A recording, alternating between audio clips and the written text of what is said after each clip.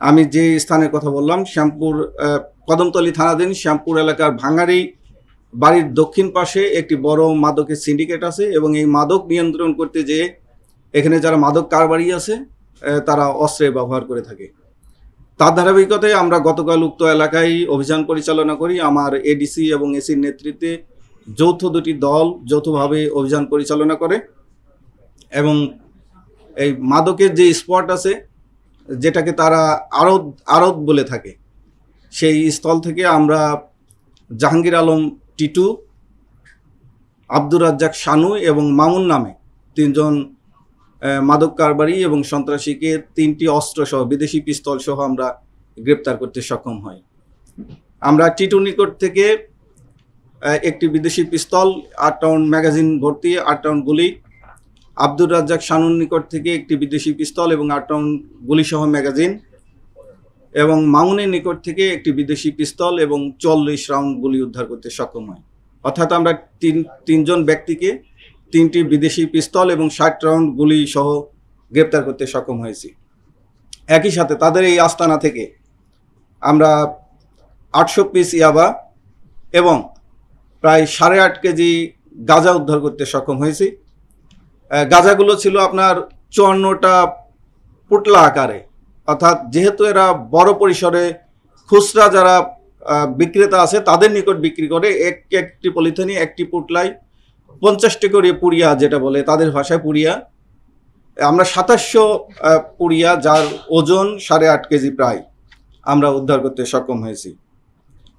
আমাদের কাছে আরও তথ্য ছিল যে এই অস্ত্রগুলো শুধুমাত্র তাদের ব্যক্তি নিরাপত্তা এবং তাদের এই মাদকের সাম্রাজ্যকে টিকিয়ে রাখার জন্য, অর্থাৎ এই ধরনের ব্যবসায় আপনারা জানেন যে প্রতিপক্ষ থাকে, সেই প্রতিপক্ষ থেকে নিজেদেরকে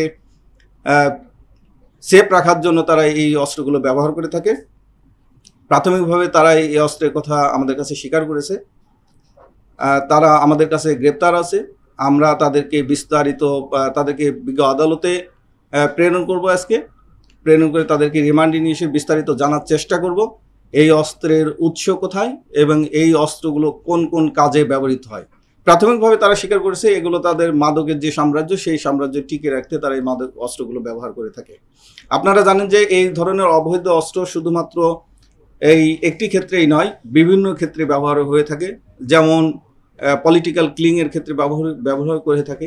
এই অস্ত্রগুলো কখনো কখনো আবার ভাড়া দিয়ে থাকে। তো এই অস্ত্রগুলো কোন কোন কাজে আর ব্যবহৃত হয় আপনারা জানেন, সামনে জাতীয় সংসদ নির্বাচন আছে, সেই মানে রাজনৈতিক কোনো স্থিতিশীলতার ক্ষেত্রে এই অস্ত্রগুলো ব্যবহার হয়ে থাকে কিনা এবং এই উক্ত এলাকায় আর কোন কোন মাদকের সাম্রাজ্য আছে বা মাদক ব্যবসায়ী আছে আর কারো কারো কাছে অস্ত্রগুলো আছে, আমরা তাদেরকে রিমান্ডে এনে জিজ্ঞাসাবাদে বিস্তারিত তথ্য উদ্ঘাটনের জন্য আমরা চেষ্টা করব। আপনি যেটা তুর্কি বলেন, একটা অস্ত্রের গায়ে আপনি দেখবেন যে মেড ইন অস্ট্রিয়া আছে, যেটাকে আমরা গ্লক পিস্তল বলি।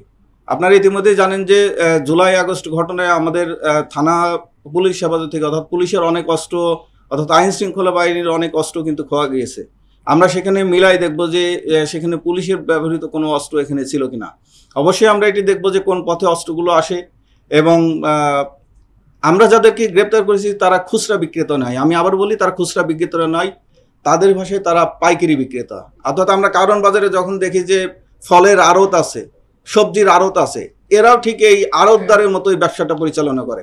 এদের কাছ থেকে ওই যে আমি বললাম 50 টাকা করে এক একটা পুটলা আছে, খুচরা বিক্রেতা এদের কাছ থেকে আবার নিয়ে খুচরা পর্যায়ে বিক্রি করে। অর্থাৎ এরা 50 পুড়িয়ার নিচেই বিক্রি করে না। সুতরাং সার্বিক বিষয়টা আমরা মাদক এবং অস্ত্র সকল বিষয়গুলো আমরা তদন্ত করে দেখব। যেহেতু আমরা রিমান্ডের প্রেয়ার দিয়েছি আজকে, আমরা আশা করি পুলিশ হেফাজতে পাইলে আমরা বিস্তারিত উদ্ঘাটনের চেষ্টা করব। প্রাথমিকভাবে তারা 3-4 বছর ধরে এটি স্বীকার করেছে এবং আমাদের কাছে যে তথ্য আছে 3-4 বছর নয়, ওই এলাকার মানুষ ভয়ে মুখ খুলতে সাহস পায় না এবং তারা এই ব্যবসার সাথে দীর্ঘদিন যাবৎ জড়িত। তাদের সাথে এমন কিছু নেটওয়ার্ক আছে, অর্থাৎ তাদের সাথে এমন কিছু লোকজন পালে এই ব্যবসার ক্ষেত্রে কেউ যদি না করে, আমরা এমনই পেয়েছি প্রাথমিক তদন্তে যে তাদেরকে আবার শারীরিকভাবে নির্যাতন করা হয়েছে, যে তাদের সাথে কেন সে থাকবে না, তাদের এই ব্যবসাটা পরিচালনার ক্ষেত্রে তাদেরকে কেন সহযোগিতা করবে না। আমরা এরকম একজন ভিকটিমকে পেয়েছি যে তার ব্যবসার সাথে সম্পৃক্ত ছিল খুচরা পর্যায়ে বিক্রি করার জন্য, পরবর্তীতে সে এখান থেকে বেরিয়ে গিয়েছে এবং তাকে শারীরিকভাবে মারাত্মকভাবে নির্যাতন করা হয়েছে। তো সার্বিক বিষয়গুলো আমাদের কাছে যখন আসে তখন আমরা এগুলো মামলার তদন্তের পর্যায়ে তদন্ত করে দেখব।